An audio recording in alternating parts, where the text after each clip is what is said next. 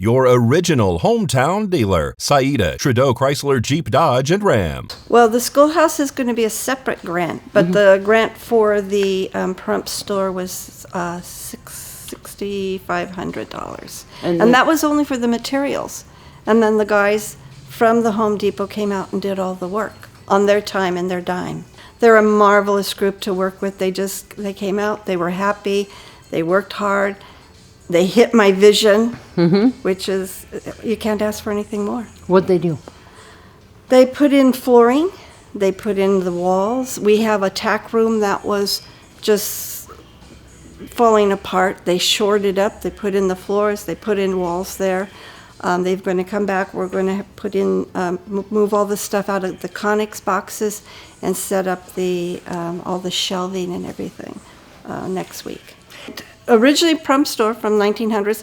It then became a lot of different things, but before we received it, it was No to Abuse, and that was their thrift store, I believe. And then the developer was going to get rid of everything, and we were able to get it moved over onto our property. The schoolhouse took a hit on the roof from the winds of that rainstorm, and their flooring needs to be done. And then the outside needs to be tacked down and repainted.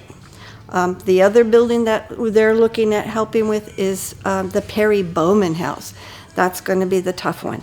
They had to take out all the drywall and insulation, because there was probably about 6 inches of standing water in that house. And with it being made of railroad ties, some of the ties at the bottom got rotted.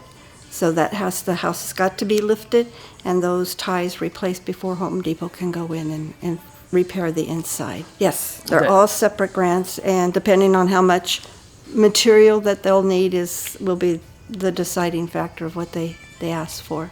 It was wonderful because I'd go out and they're smiling and they're having fun as they're getting their work done. I think they enjoy doing community service and enriching our community. When they're all done, we can open them up again. We had them open before, and they can go in, they can go sit at the desk, the teacher's desk or the children's desk in the school. They can go through the store and we'll have things in the cases and up on the shelves. So people love it, and everybody keeps asking. They keep saying, when's the building's going to be open? The other building is we actually have the guest house that was on the Raycraft Ranch that was, I believe, built by Stan Ford, and they lived in it. It was a one-room railroad tie, and that was actually the first museum. It's not open because it also needs a little cleaning and a few repairs to be done. And when I'm able to open some of the other buildings, then that's when we'll open that one back up. And I also have a brothel, very GP, just because it was prevalent for this area. That building used to be the old chamber. Yeah. And they did it on like a barn raising. It was done on a weekend. Yeah. That they put it up. I'm hoping that when we're done with the store, then we'll be able to open the store and the other 2 buildings.